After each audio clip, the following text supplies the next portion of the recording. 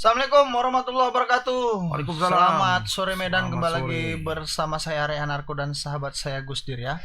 Seperti biasa kita akan membacakan beberapa berita yang menjadi topik pilihan pembaca hari ini. Ya. Mungkin langsung saja Bang, nih berita pertama ada apa ini? Ya, berita pertama ini kasus dugaan penganiayaan yang dilakukan oleh 2 orang anggota Dewan, anggota DPRD Medan. DPRD ya. Ya. Jadi kejadiannya ini di salah satu bar. Oh, berarti mabuk ya? Dari informasi sementara yang kita terima, dugaan ya, lah dugaan ya. ya. Dugaannya. Nah, jadi di walaupun videonya- ada CCTV-nya ya. Iya, Jadi betul. asik sekali memang. Kalau kita melihat CCTV-nya itu asik, asik ya kan. Jalan agak Semboyangan goyang gitu sedikit. ya. 3 kiri 4 kanan ya kan. 3 kiri 4 kanan. Di depan panggung gitu-gitu ya habis kan. itu mukuli orang ya. Habis itu mukuli orang. Oh, Katanya seperti katanya itu. gitu. Katanya. Tapi informasi terakhir kita dengar beliau berdua ini melapor juga. Merasa dianiaya. Katanya dia dianiaya. Oh, bukan karena teraniaya dengan kemarin kan ada isu sempat pelapor katanya minta 3 miliar. Apa karena teraniaya? Apa karena teraniaya itu ya? 3 miliar. Katanya sih disebutkan gitu. Denyut juga 3 Iya. miliar. Mana belum Kan balik teraniaya juga itu. Iya, mana belum balik modal ya. Iya. Nah, ini kejadiannya di namanya dulu, namanya ini walaupun masih dugaan tapi santer terdengar ini namanya David Roni Sinaga dari fraksi PDI Perjuangan dan Habib Sinuraya dari Habibur Rahman. Ya, Habibur Rahman Sinuraya dari Partai Nasdem. Nah, adapun korbannya ini bernama Halik Fazduani. Nah, ini dilaporkan di Polsek Medan Baru. Dan TKP-nya itu di Hikes 5 Bar and Lounge. Tapi kabarnya laporan ini ditarik Polrestabes. Oh iya. Oh, dibawa ke sana. Iya. Kurang besar ini. Karena kan kemarin Iya.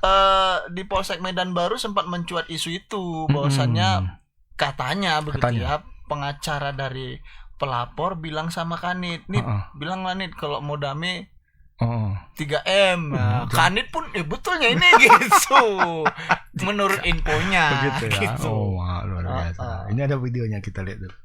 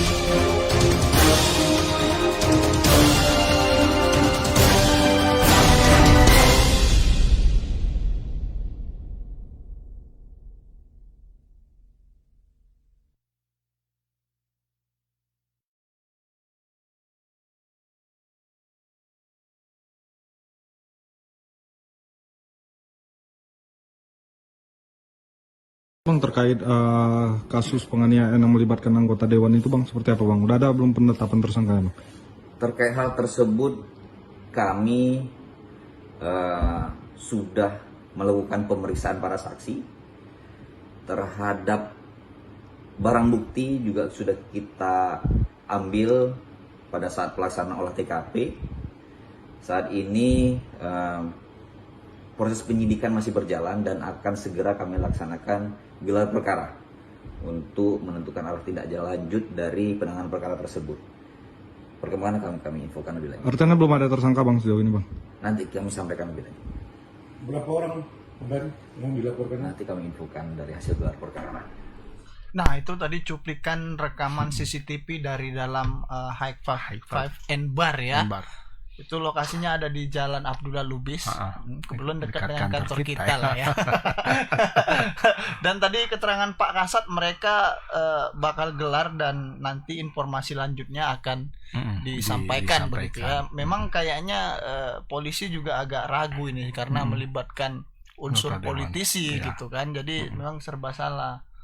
Nanti kalau kita kayaknya sih sama-sama menunggu nih. Tadi kan reporter kita coba mengontak beberapa petinggi partai gitu kan Bang. Ada Robi Barus, ada kemudian ada ketua DPD Nasdem Medan gitu kan, Afif gitu kan. Dua-duanya memberi keterangan yang sama. Kita nunggu polisi katanya. Sementara polisi pun nunggu. Iya, sama-sama saling nunggu. Jadi mungkin ya pandangan saya mungkin polisi sebenarnya juga menunggu ini di dulu nonaktifkan lah istilahnya dulu kan, agar prosesnya kan lebih enak. Kalau sementara yang sini kalau mau menonaktifkan tengok dulu gitu. Jadi jadi saling tunggu-tungguan kan. Cuma mereka memang menyayangkan itu terjadi, dan tapi dari dari kalimat-kalimat ketua-ketua fraksi itu sepertinya mereka mengakui bahwa itu memang betul anggota kita kan gitu. Itu katanya. Ya kita menyayangkan lah. Kok nggak ajak kita? Kalau nggak kan lebih ramai. Ini kita sudah terhubung dengan reporter kita, ada Bung Alpiansa. Ya, halo, selamat sore Bung Pian. Suaranya nggak terdengar. Suaranya. Halo Bang, selamat sore Bang. Ya, selamat sore. Ya, selamat sore. Wah, ini kayaknya pangkas model anak sekolah nih. Ini Mulet namanya sekarang. Mulet. Pian, ini kan sudah berjalan hampir lebih dari 1 minggu perkaranya. Kemudian mereka juga sama-sama saling lapor. Nah ini gimana ini? Dari polisi tadi juga, dari Pak Kasat juga menjelaskan mereka akan gelar. Ini gimana ke depannya Pian? Kalau menurut prosesnya? Ya, baik Bang Arai, Bang Agus dan juga Tribunet. Ya, memang saat ini kasus tersebut masih ditangani oleh pihak kepolisian. Ya, halo Bang. Ya, silakan. Ya, memang kasus dugaan penganiayaan yang melibatkan 2 orang anggota DPR Medan ini saat ini sudah ditangani oleh pihak Reskrim Polrestabes Medan, di mana kasus tersebut memang akhirnya berujung saling lapor, di mana korbannya ini yang awalnya melapor ke Medan Baru, ke Polsek Medan Baru, dan si anggota dewan ini melapor ke Polrestabes Medan. Hingga akhirnya kasus tersebut pun ditarik di Polrestabes Medan. Menurut Kasat Reskrim Polrestabes Medan, pihaknya akan melakukan gelar perkara terlebih dahulu dalam waktu dekat ini untuk mencari titik terang dari kasus dugaan penganiayaan yang dilakukan oleh anggota DPR ini. Saat ini polisi masih melakukan pemeriksaan sejumlah saksi dan juga sudah melakukan pengecekan di lokasi kejadian. Betul Bang. Pian, sebelum lebih jauh kita mungkin apakah kita sebelumnya sudah dapat ya bagaimana sih awal mula kejadiannya ini? Kenapa kok bisa sampai pukul-pukulan dia? Ya, awal mulanya memang ada 2 versi ya Bang, dari versi si Khalid ini yang merupakan korban yang pertama kali melapor, dan juga versi dari kedua anggota DPR tersebut. Nah, menurut keterangan si Khalid ini Bang, awal mulanya itu kejadiannya itu di depan tempat hiburan malam, ketika dia itu keluar dari tempat hiburan malam itu, dan tiba-tiba si Khalid ini dipanggil oleh salah seorang terduga pelaku, yaitu bernama Rizdo yang merupakan adik si David. Nah, di sana karena ada keributan, dia itu tiba-tiba dipanggil dari tengah kerumunan, dan menurut dia itu dia langsung dipukul begitu Bang oleh kedua anggota DPR ini Bang. Dia di sana dipukuli hingga babak belur. Nah, setelah itu dia membuat laporan bang ke Polsek Medan Baru. Nah, setelah dari situ menurut dari keterangan anggota DPR itu bang, awal mulanya dia itu keluar datang ke tempat hiburan malam itu berdasarkan undangan acara dari adik si Habib. Nah, ketika mereka itu pulang, tiba-tiba ada seorang pria yang menyebut si Habib ini. Nah, setelah itu sempat hampir terjadi keributan, namun dipisahkan oleh calon istrinya begitu. Dia pun akhirnya kembali ke mobil. Nah, setelah dari situ si Habib ini didatangi oleh adik si David bernama Rizko. Saat itu si Habib ini mengadu lah bahwasanya dia tadi sempat disenggol oleh seseorang waktu berjalan dan sempat mengeluarkan kata-kata kotor begitu. Nah, si David ini bernama Rizko ini tidak terima dan mencoba mencari si pria yang mengikut si Habib. Nah, di sana tiba-tiba si Rizko ini pergi. Dan tidak lama terjadilah keributan bang, menurut informasinya dari si Habib ini. Setelah keributan dia pun turun dari mobil, mencoba melihat apa yang terjadi. Saat itu katanya si Rizdo ini sudah dikerumunin orang. Nah, ketika itulah si Kalik ini memukul anggota DPR ini bang. Keduanya dipukul termasuk dari istri si David dan juga calon istri dari si Habib ini bang. Berarti menurut anggota dewan ini dia yang pertama dipukul gitu ya? Ya bang, menurut anggota dewan ini mereka lah pertama kali dipukul oleh si Khalid ini bang. Namun keterangan sebaliknya juga si Khalid mengatakan bahwasanya dia tiba-tiba dipanggil dan kemudian dipukul bang. Gitu, bang. Apakah sebelumnya mereka saling kenal? Ya, untuk saling kenalnya tidak kenal ya bang, karena si Khalid ini menurut keterangannya juga datang ke tempat hiburan malam itu berdasarkan undangan dari adiknya si Habib bang, yang ketika itu membuat acara bang di tempat hiburan malam itu. Nah, kedua anggota DPR pun juga diundang bang memeriahkan acara di klub itu bang. Dan tidak saling kenal, datang ke situ melalui adik dari si Habib ini bang, karena membuat acara di sana bang. Pian, ada isu beredar terkait dengan wacana damai. Benar nggak tuh Pian? Ya memang sempat ya bang, si kedua anggota DPR ini kan awalnya itu tidak kenal dengan si Kalik. Hingga akhirnya mereka itu mencari tahu lah bang siapa yang si Kalik ini.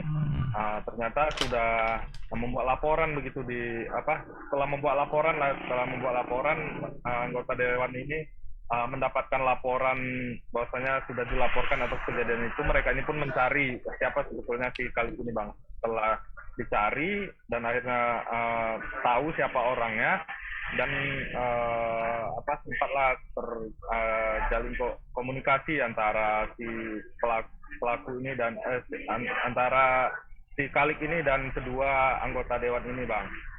Setelah itu sempat ini menurut keterangan dari kuasa hukum si Kalik bang, saat itu memang sempat ditawarkan bang uang 10 juta rupiah bang untuk uang damai, 10 juta dan plus makan-makan bang. Upa-upa. Ya. Oke. Namun setelah dari situ bang, menurut si Khalid ini dan kuasa hukumnya ini bang, angka segitu seperti ngejek begitu, hingga akhirnya pun mereka pun mengeluarkan statement bahwasanya kalau mau damai itu angkanya 3 miliar. Gitu. Berarti apa ya? Bisa jadi itu guyonan, bisa jadi itu sungguhan, serius kita gitu belum tahu. Tapi tadi karena awalnya ditawari 10 juta dan mereka menganggap itu betul. lelucon gitu. Kok cuma 10 gitu kan. Mau damai 3 lah gitu ya. Iya. Pian, kita tahu nggak latar belakang siapa nih Khalid ini ya? Kalik ya. Apakah tanda kutip orang biasa atau pengusaha atau apa?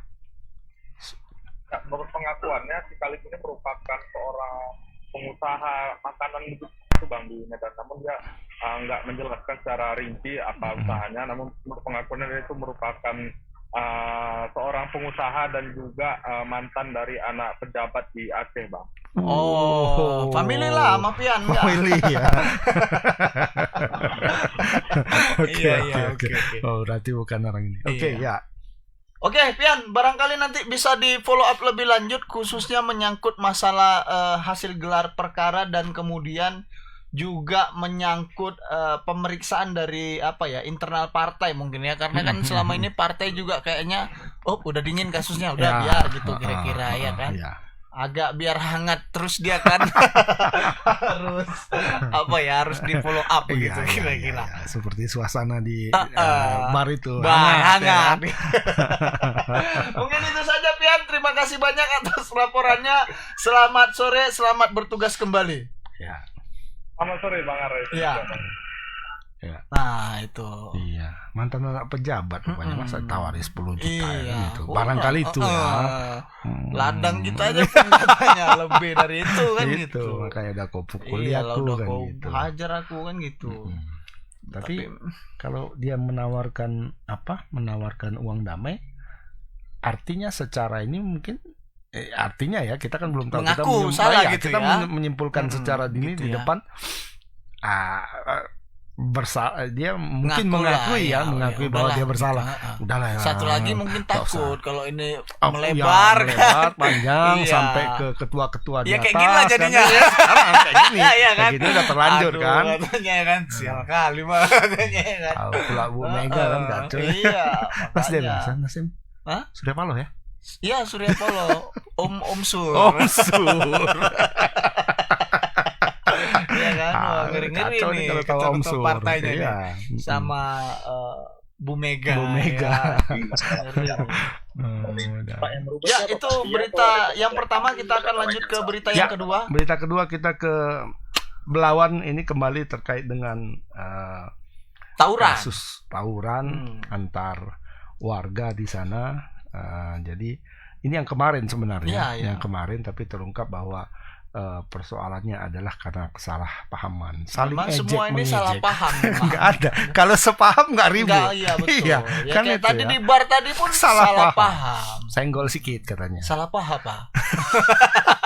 Kalau itu agak payah dia. Harus paham ini juga salah paham, kemudian terjadi aksi saling lempar batu begitu ya. Dan ternyata ini beda kayaknya Ray. Nggak ya? Iya. Pajak Baru dan Kampung Kolam. Itu dua kayak istilahnya kok anak pajak baru. Kami anak Kampung Kolam, tapi berada di kelurahan yang sama, kelurahan Belawan Bahagia gitu. Jadi mereka ini di hari Natal, momen hari Natal Pak, bisa momen yang penuh kasih, penuh kasih dan damai. Nggak ada mau damai-damainya. Iya, nggak ada kasih dan damai kayaknya di sana ya. Tuh. Padahal nama tempatnya bahagia ya. Belawan Bahagia. Hidup nggak bahagia ini. Iya, gara-gara saling ejek. Saling ejek katanya, gitu ya. Ini kayak mana saling ejeknya? Apa kayak gitu? Iya. Sampai ada yang iya betul. Ternyata ada korban terkena tembakan anak panah gitu. Pas di jidatnya, di keningnya lengket. Ngeri. Kita nengoknya pingsan. Kan sakit juga itu. Tembus ya kan di kening. Apa noyong kayak gitu. Nah ini soal tawuran ini juga kabarnya ada belasan rumah yang rusak gitu ya Bang. Karena dilempar batu. Terus kaca-kaca pecah gitu ya. Dan ada juga pos anti narkoba sampai hancur juga. Ini luar biasa memang yang terlibat dalam truk. Dan kemarin memang reporter kita kurang begitu fokus melihat keadaan. Padahal di sana itu banyak sekali angle sebenarnya. Dari rekaman video siaran langsung reporter kita itu ada pria membawa satu goni batu. Katanya gitu ya. Dan polisi hanya mematung sambil merekam. Iya. Polisi banyak juga katanya situ sekarang ada, ya. Beroperasi memantau ya. Dan mengawasi. Kalau beroperasi lain itu ya. Ini ada videonya.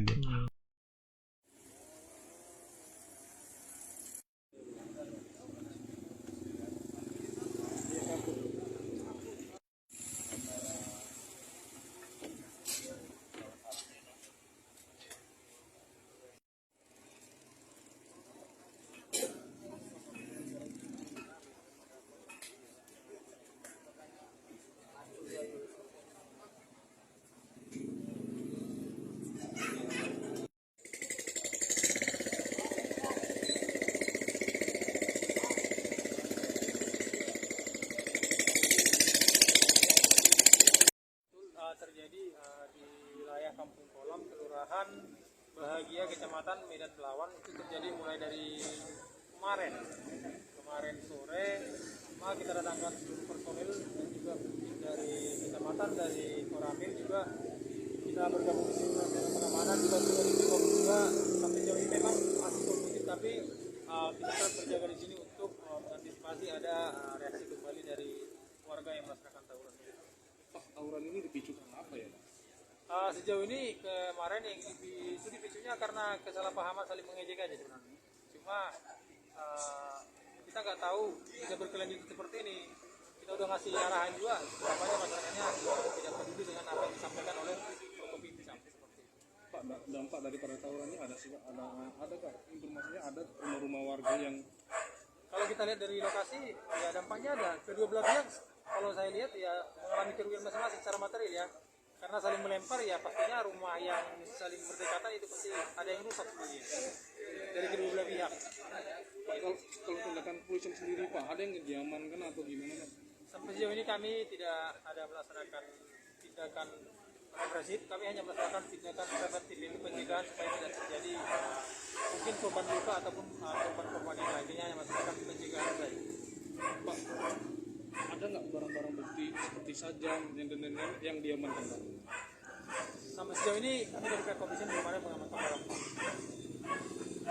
Karena kami hanya berupa tindakan pencegahan saja.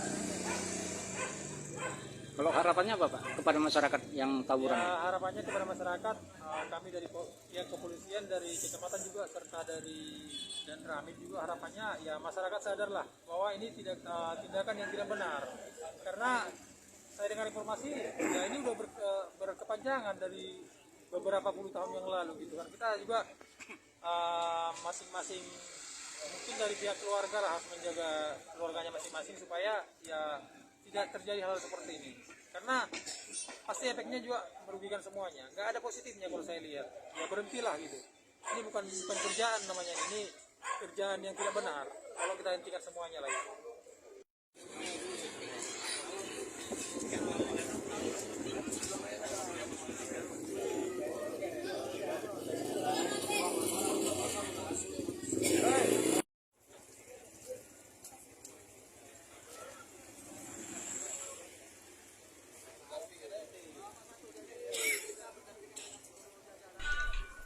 Nah itu tadi ya keterangan dari Kapolsek Belawan sepertinya tadi, Kompol siapa saya lupa.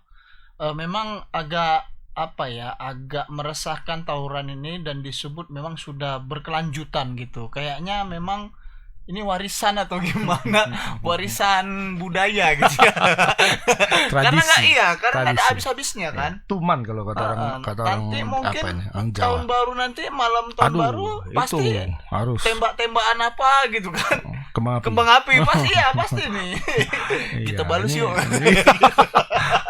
harus diantisipasi betul ya karena sama polisi. Bahaya. Karena momentum kemarin kan momentum Natal ya, Natal yang harusnya tenang, sejuk sakral, gitu ya kan, damai. Ya kan, penuh kasih. Ini kok jadi barbar gitu. apalagi nanti pas tahun baru memang waktunya pesta-pesta ya.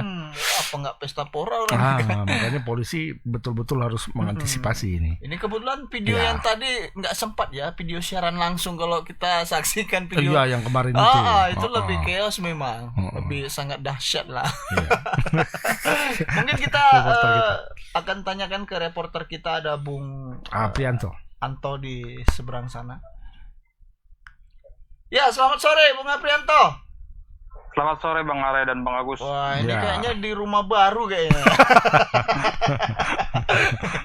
Ini gimana ini ceritanya soal tawuran ini Aprianto? Apakah memang ada pihak tertentu yang sengaja memancing kerusuhan sehingga timbul bentrokan begitu?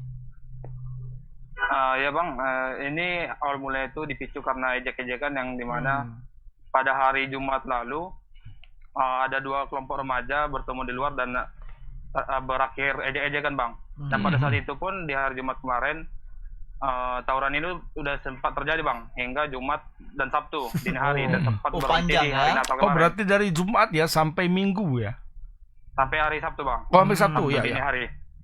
Dan pada hari Minggu sempat terhenti karena dari Forkopimda pun sudah mau memberikan arahan kepada kedua belah pihak ini Namun kemarin siang terjadi tawuran lagi bang, yang dimana diduga dari Kampung Kolam tiba-tiba melempari ke arah Pajak Baru bang, yang dimana pun warga di Pajak Baru tersulut emosi dan membalasnya bang.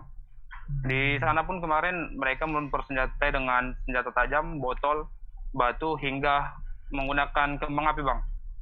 Dan semalam pun kasat reskrim juga terlihat di sana, serta kasat Sabara dan serta kasat reskrim Rudi Setiaputra semalam sempat menembakkan tembakan peringatan bang sebanyak 2 kali. Namun mereka tidak menghiraukan juga bang, malah melempari kasat reskrim menggunakan botol semalam bang. Kasat reskrimnya pun dilempar juga ya? Makanya luar biasa bang. memang. Wadah itu tadi kita ada mendapat info Apri dari salah seorang anggota dewan ya. Wakil ketua DPRD Wakil ketua Medan. DPRD Medan itu ada gambar-gambar beberapa korban termasuk yang jidatnya kena panah pria ya. Kena panah keningnya. Itu gimana Apri? Berapa jatuh korban Apri selama pertempuran 3 hari ini? Ya bang, saya pun tadi baru dapat informasi bahwa ada salah satu remaja terkena anak panah di bagian jidat dan sekarang masih dirawat di Rumah Sakit Adam Malik, yang dimana dia sempat dibawa ke Rumah Sakit Perngadi namun dilarikan ke Adam Malik lagi bang, karena dia dari informasi yang saya dapatkan itu mengalami geger otak bang. Oh, itu yang kena panah itu ya? Iya bang, yang di bagian jidat bang. Itu dikatakan bang korban pada hari Sabtu dini hari bang. Sabtu dini hari? Iya, Jumat oh, malam. Itu apakah bagian keningnya, maksud saya tulang tengkoraknya itu jebol atau seperti apa, Pri? Berkemungkinan bang, karena saat ini pun aku mau mengkonfirmasi ke Adam Malik bang, karena tadi baru dapat informasinya sore ini bang. Oh, dibawa ke Adam Malik ya? Iya bang, untuk perawatan lebih lanjutnya bang. Pertama dia dibawa ke Perngadi namun dilarikan lagi ke Adam Malik bang. Iya. Berarti korban tembakan panah baru 1 orang sejauh ini dilaporkan ya? Iya bang, yang sampai dilarikan ke rumah sakit baru 1 yang dilaporkan bang. Namun semalam ada beberapa warga itu nampak berdarah di bagian bibir, di bagian kepala, namun tidak luka parah bang. Oh iya. Apa dicari? Kalau ini kan polisi hanya mengatakan mereka sejauh ini hanya melakukan langkah preventif begitu. Kalau langkah represifnya kira-kira ada nggak gitu? Misalnya mengutamakan dalang intelektualnya begitu atau provokatornya gitu. Sampai saat ini belum ada disampaikan bang, karena memang mereka masih terfokus untuk menciptakan suasana yang aman dulu bang. Cipta kondisi ya. Padahal udah nggak aman-aman gitu ya. Semestinya sudah apa ya, kalau seperti ini sudah harus tindakan tegas dan terukur ya. Karena memang tadi malam pun pihak kepolisian bang menurunkan 2 truk personil Sabara untuk berjaga di sana hingga pagi tadi agar mengantisipasi tidak terjadi tawuran serupa. Dan tadi pun saya sempat konfirmasi ke Kasat Narkoba bang, yang dimana ada posko anti narkoba di Kampung Kolam rusak parah. Dia pun tadi cukup kesal dan dia ini akan menyelidiki siapa pelaku perusakan posko tangguh anti narkoba yang didirikan di Kampung Kolam tersebut bang. Apri, untuk ini kan tadi dibilang tindakan preventif ya, tindakan pencegahan. Ini kan sebentar lagi nih malam momentum pergantian tahun ya. Jadi kemarin itu kan momentumnya Natal kan seharusnya lebih damai, lebih tenang ya. Nanti kalau pergantian tahun lebih barbar. Filosofinya itu kan pesta pesta keramaian dan sebagainya. Itu ada nggak tindakan pencegahan dari polisi, misalnya menurunkan jumlah personil yang lebih banyak di sana untuk berjaga-jaga, kalau perlu di tiap gang dijaga di sana, ada nggak kayak gitu, Aprianto? Ya bang, tadi pun sempat dibilang bang, pada hingga awal tahun baru nanti bang, dari pihak kepolisian itu akan berjaga di wilayah Kelurahan Belawan Bahagia, yang dimana di sana tuh tidak cuma 1 titik yang rawan tawuran, yang dimana ada di Jalan Belanak pun merupakan rawan untuk tawuran, dan nanti pun di setiap titik ini yang diduga rawan tawuran akan dijaga oleh pihak personil kepolisian hingga tahun baru nanti bang. Ya, itu yang diharapkan. Ya. Oke, Aprianto, barangkali nanti bisa dikonfirmasi ya, khususnya kepada Kasat Reskrim atau pejabat setingkat kasat atau Kapolsek, ini bagaimana dengan pelaku yang menembakkan panah itu gitu. Nah, kemudian juga bagaimana ini antisipasinya, apakah hanya sebatas mengamankan itu atau ada misalnya ini kan kemarin juga waktu tawuran ada menggunakan kembang api ya atau petasan gitu, apakah nanti ke depan ada nggak sih razia untuk itu gitu. Kemudian juga ditanya Kasat Narkoba juga perlu ditanya lagi bagaimana Pak misalnya untuk antisipasi apa ya orang-orang pecandu narkoba lah ini yang biasa ini kan langkahnya apa kira-kira, mungkin itu saja Pri. Itu aja Pri. Terima kasih banyak atas laporannya. Selamat sore, selamat bertugas kembali. Ya Bang, selamat sore Bang Arai dan Bang Agus. Ya. Nah itu ngeri memang di sana. Dia mau apapun tawuran tetap harus jalan kayaknya. Iya. Seperti kayaknya kalau nggak ada tawuran nggak asik gitu. Kira-kira. Banyak yang menilai kenapa Belawan itu sering terjadi tawuran mungkin karena nggak ada tempat apa ya hiburan mungkin. Tapi kalau hiburan yang ese-ese mungkin ada ya, tapi mungkin maksudnya hiburan yang kayak yang apa ya, hiburan keluarga lah istilahnya seperti gitu ya, mall misalnya ya. Tapi kalau ada mall kurasa pun lebih klosetnya di bawah ya. Dibongkar. Tapi banyak tempat-tempat wisata di sana. Wisata perjudian mungkin. Kalau itu untuk orang-orang tertentu. Ada memang wisata perjudian. Ada. Tengah laut pun ada. Ada kok beberapa apa ya, oknum lah. Oknum. Pak, ini kita mau buka judi. Terus gimana gitu ya, dibantulah. Memang di sana banyak tempat wisata, wisata perjudian ya. Perjudian. Bantu kawan kita. Gitulah ya. Aduh, ya itu soal apa ya? Soal tawuran, dan kita bergeser lagi nih ke kita isu kembali yang lain ke nih. Medan juga. Ini kejadiannya sudah berlalu, tapi efeknya masih sampai sekarang. Ini terkait dengan operasi yang diduga salah dilakukan di rumah sakit Murni Teguh. Ya, betul. Jadi yang sakit kaki kanan dioperasi kaki kiri. Salah, terbalik. Yang sakit kaki kiri yang dioperasi kaki kanan. Ya, karena di kaki kanannya itu katanya ada tumbuh tulang rawan. Iya. Gitu. Tulang rawan. Ini dokternya yang rawan. Tindakan preventif juga. Sama kayak polisi di Belawan tadi. Memang ngeri nih, dokter. Ini dia sudah melakukan apa ya, kalau kayak satu tagline-nya salah satu produk semen kan? Sebelum Anda berpikir kami sudah melakukannya. Gitu. Dia preventifnya jauh ke depan, beyond apa ya, visioner. Jadi sebelum ini menjadi penyakit, kita tumpas dulu. Persoalannya yang jadi penyakit enggak diapa-apain. Ini memang sebenarnya aneh juga ini. Nah, itu katanya kemarin ada pertemuan antara bukan pertemuan ya, dibukalah wacana untuk damai gitu. Tapi kemudian sepertinya antara kedua belah pihak tidak menemukan titik temu. Tidak ada titik temu sehingga akhirnya dilaporkan. Ini kalau yang saya tangkap dari informasi yang berkembang, sepertinya karena dokternya ini terlalu keras kepala sepertinya. Kalau pihak rumah sakitnya ini sudah membuka istilahnya keluarga pun juga kemarin abangnya dari siapa nama pasien itu, Evarida Simamora itu sudah bilang rumah sakit sudah mengakui kekilapan itu dan membuka ruang lah untuk ini gitu. Tapi dokternya ini kayaknya yang nggak mau. Keras kepala kayaknya. Dokter kemarin pas di apa itu ada ya dokternya? Ada, Prasojo Sujatmiko. Awalnya kan dia pakai masker. Kan ngomong agak gitu kan, agak cepat gitu kan, biar udahlah kan. Gitu kan. Makanya yang dilaporkan sebenarnya adalah dokternya, bukan kelembagaannya, bukan. Dan rumah sakit juga kan makanya menghadirkan dokter, kau lah ngomong kan, kau yang salah gitu kira-kira. Nah ini kemarin ini kayaknya dokternya belum dipenjarakan sih sampai saat ini. belum dipanggil juga, belum diperiksa juga ya. Belum. Tadi keluarga dari Ibu Evrida ya namanya ya. Evarida Simamora itu melapor ke Polda Sumut. Ada videonya, kita lihat.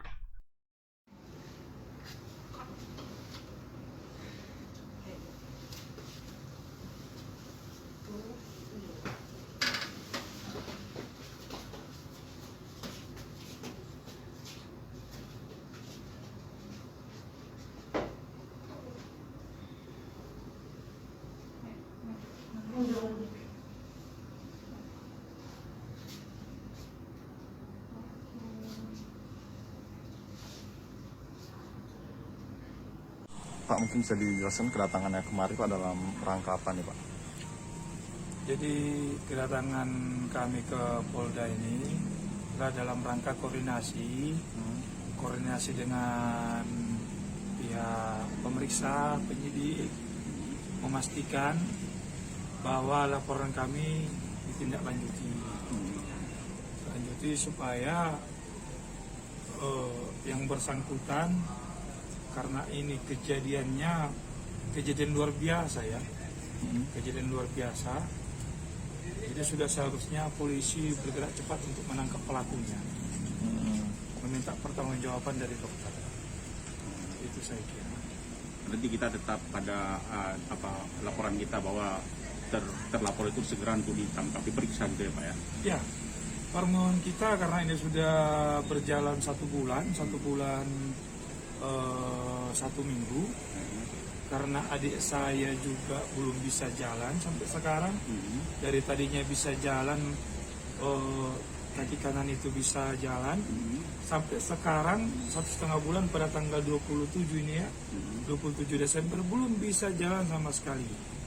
Bahkan mohon maaf untuk kamar mandi pun harus digendong, dibantu. Posisinya saat ini berada di mana Pak? Posisinya saat ini masih di rumah sakit Murai Tugu. Rencana kita karena memang tidak ada perkembangan 1,5 bulan, 1 bulan 1 minggu, nggak ada mungkin besok akan kita keluarkan, mungkin kita akan minta tolong lah supaya mungkin dirujuk bisa ke rumah sakit yang lain, karena kita lihat tidak ada perkembangan. Pak, selama ini dari 1,5 bulan lebih itu respon daripada terlapor, jadi gimana Pak terhadap orang keluarga Bapak, keluarga korban ini Pak? Ya kalau dari terlapor belum ada niat baiknya, artinya seharusnya kasus ini tidak blunder harusnya. Cuma karena mungkin menganggap ini sudah biasa mungkin ya itu menganggap sepele jadinya. Padahal korbannya tidak bisa jalan, jadi nggak sepele. Korbannya nggak bisa jalan sampai ini hari. Korbannya nggak bisa jalan. Aturannya kaki kiri di rekam medik itu jelas itu disebutkan, di resume medik itu jelas disebutkan itu adalah ankle sinistra, kaki kiri. Mulai dari rujukan dari Sibolga, dari ankle sinistra kiri. Sinistra itu kiri. Sinistra kanan. Nyeri. Sinistra. Ini dari Murai Tugu loh. Nah, itu keterangan dari abangnya korban ya, Eparida Simamora ya. Bang Reynold Simamora. Makanya itu terlapornya ini yang kayaknya agak keras kepala ini, agak sombong lah. Merasa tidak salah barangkali ya dengan perlu ditangkap nanti dengan keyakinannya bahwa seorang dokter itu katanya boleh melakukan tindakan preventif. Ya harus diperiksa Pak. Ditangkap lah. Kalau paling nggak diperiksa dulu ya kan. Ini kan belum diperiksa kan. Betul. Belum diperiksa. Makanya diperiksa, terbukti tangkap terus. Ya. Jebloskan gitu. Ini kita sudah terhubung dengan Bung Freddy Budiman ya. Iya. Selamat sore Bung Freddy. Ya, kacamata baru. Selamat sore Bang Arai dan juga Bang Agus. Wah, ini kayaknya lagi ya? Di Polda ini kayaknya ya. Iya Bang. Ini gimana ini Fred? Apakah terlapornya sudah dipanggil sejauh ini? Ya sejauh ini yang dipanggil itu baru pelapor Bang, itu pun baru tahap klarifikasi terhadap pelapor. Nah nantinya polisi akan memanggil ID dan nantinya akan melakukan proses penyelidikan dan kemudian ditingkatkan ke penyidikan. Tapi memang sejauh ini baru si pelapor yang dipanggil Bang. Begitu Bang. Untuk rencana terlapor kapan? Terlapor belum dijadwalkan Bang. Tapi nantinya masih meneliti berkas dan nantinya itu pun sebelum memanggil terlapor kemungkinan akan memanggil dari Ikatan Dokter Indonesia yang ada di Medan dulu Bang.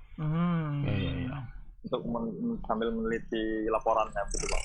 Agak lama memang meneliti berkas ini ya. Iya. Iya kan? Takut salah. Iya, betul. Kalau dari pihak RS Murni Teguhnya sudah dipanggil atau memang tidak dipanggil, Pret? Sampai sejauh ini belum Bang. Belum ada yang dipanggil dari pihak rumah sakit maupun dokternya itu Bang. Jadi memang belum ada yang dipanggil. Sejauh ini Pret, pihak rumah sakit ataupun pihak dokternya secara pribadi itu belum masih tetap menganggap mereka tidak melakukan kekeliruan ya dalam menangani pasien ini. Iya Bang, jadi tadi memang dikatakan pelapor bahwa Dokter Prasojo itu seolah-olah itu adalah hal biasa begitu, padahal menurutnya itu adalah merupakan kesalahan yang fatal begitu.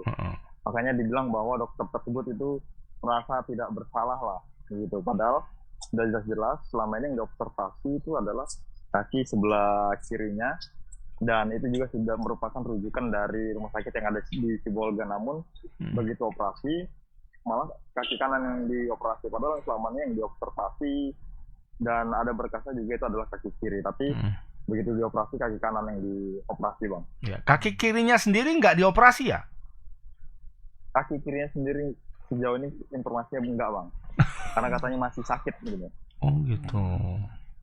Iya. Jadi tunggu sembuh ya, cuma nggak usah dioperasi. Kalau rencana dari pihak keluarga, kapan rencana mereka akan membawa Ibu Efarida itu keluar?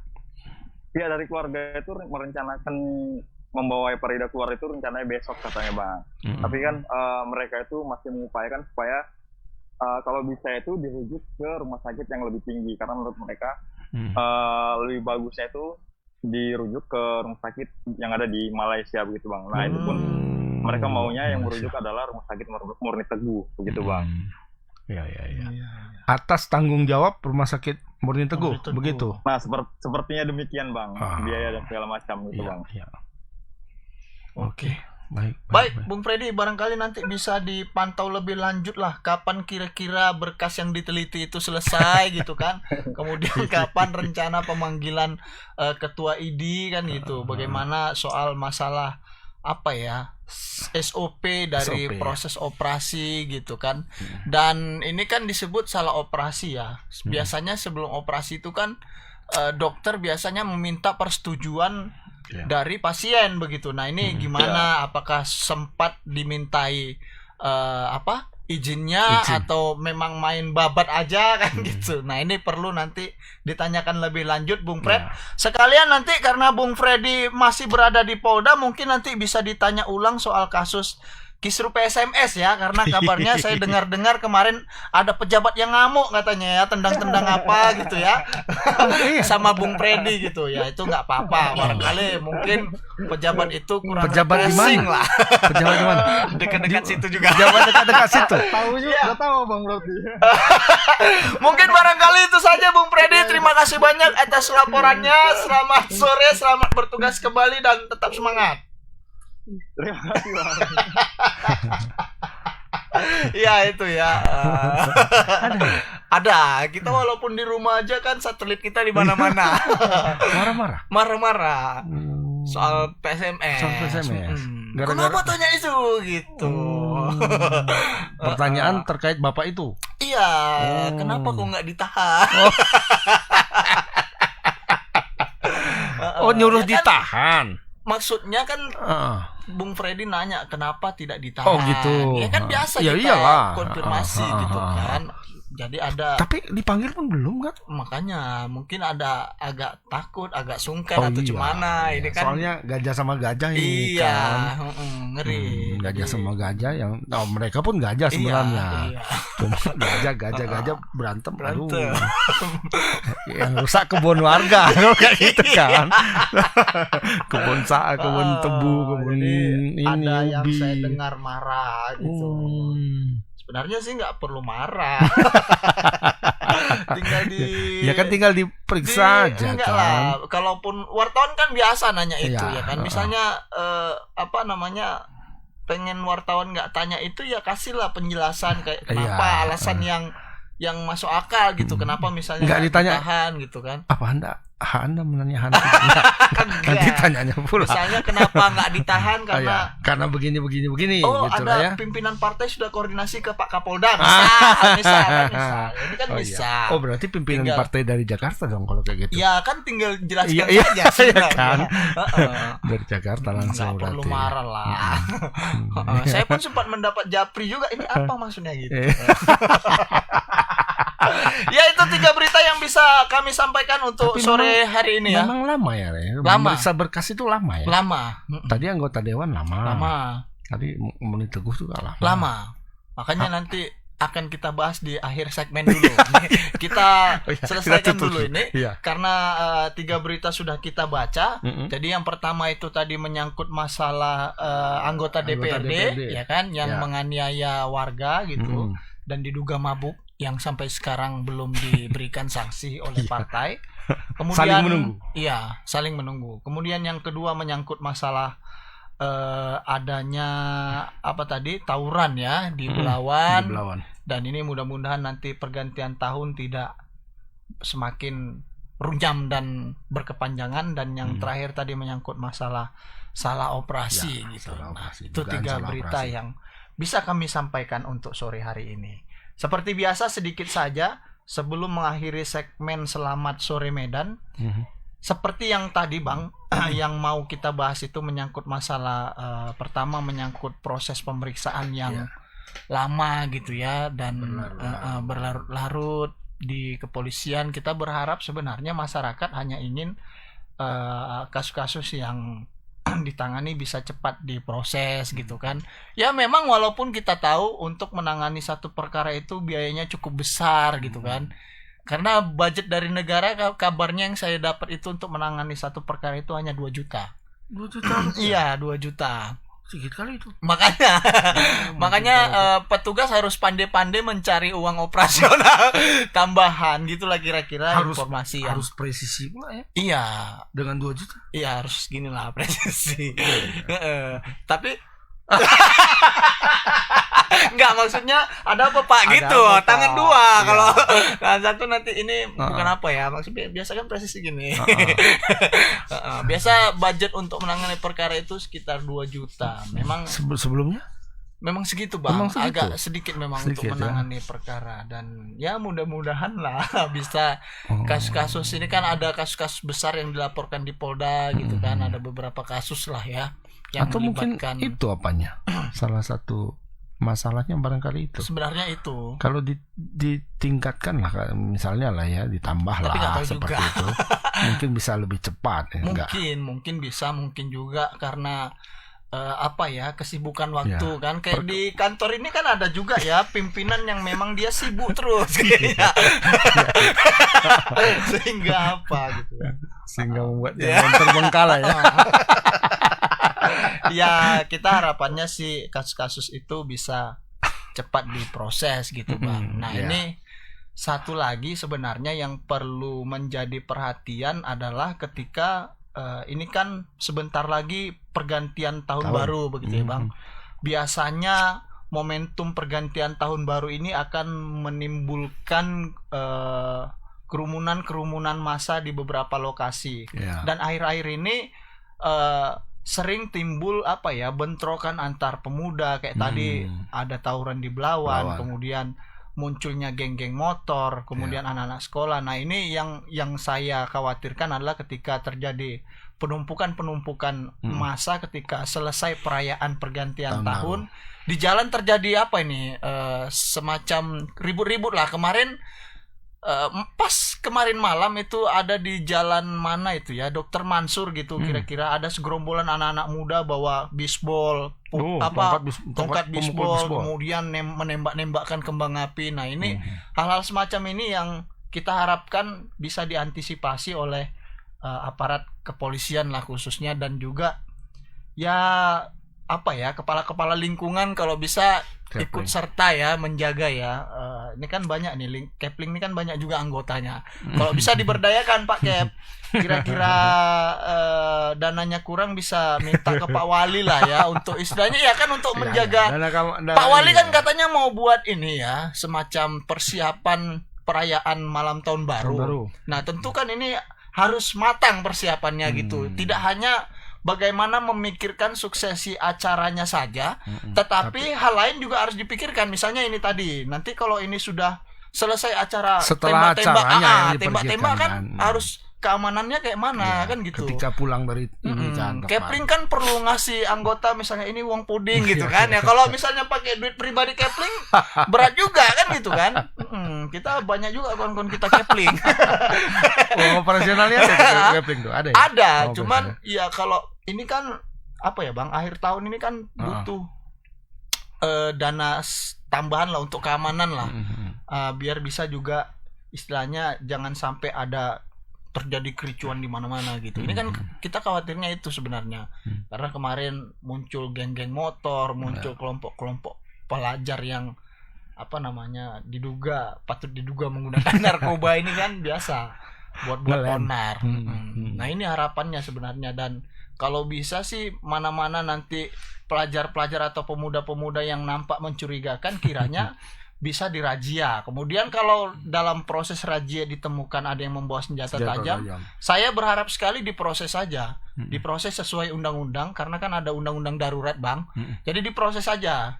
Untuk apa dia kiranya keluar rumah bawa senjata tajam gitu kan? Sudah pasti ada niat kan. Iya. Kan makanya, bukan untuk apa istilahnya ya, bukan untuk jaga-jaga enggak. Gitu.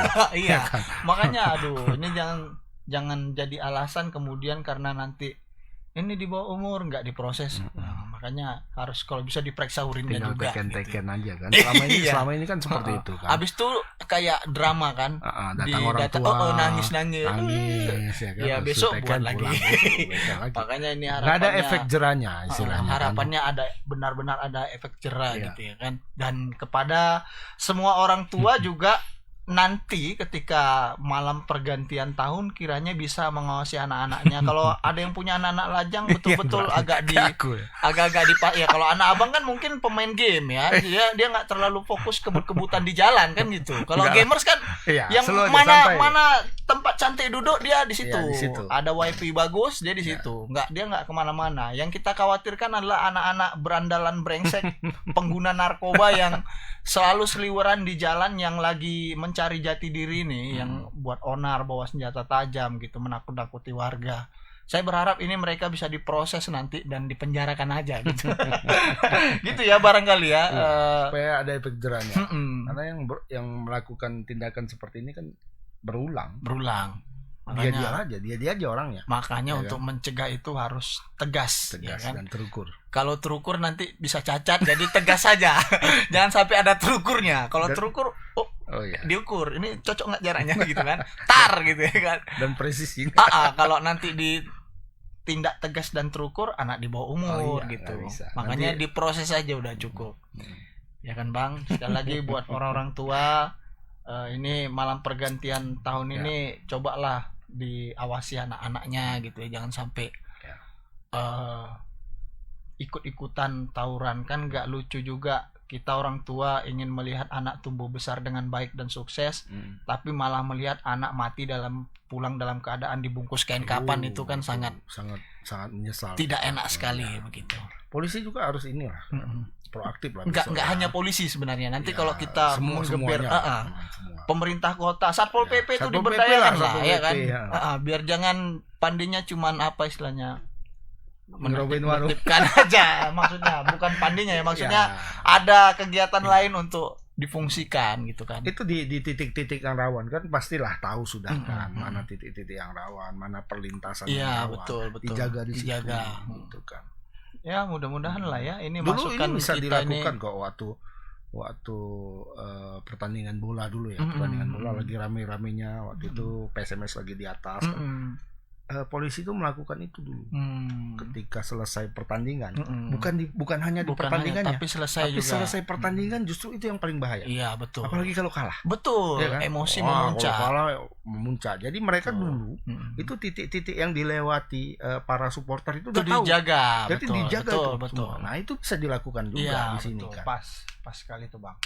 Sama seperti dulu ada pejabat kepolisian namanya Pak Martualesi Sitepu gitu. Jadi dia waktu itu bertugas di Medan Barat, dia tahu ini ada pertahanan PSMS, dia jaga itu di Berayan itu, nengok konvoi-konvoi langsung dirazia, ternyata betul. Ada yang kedapatan bawa senjata tajam, bawa minuman keras sampai segala macam. Nah, ini juga sebenarnya harus begitu nanti. Ini semata-mata untuk menjaga keamanan lah ya Bang ya. Biar terjadi sesuatu yang tidak kita inginkan bersama. Ya, mungkin itu saja yang bisa kami sampaikan untuk sore hari ini. Lebih dan kurang kami mohon maaf kalau ada kata-kata kami yang salah. Mungkin itu hanya kesilapan dan mohon dimaafkan ya. Sebelum mengakhiri segmen Selamat Sore Medan, Fastabiqul khairat. Assalamualaikum warahmatullahi wabarakatuh. Selamat sore Medan.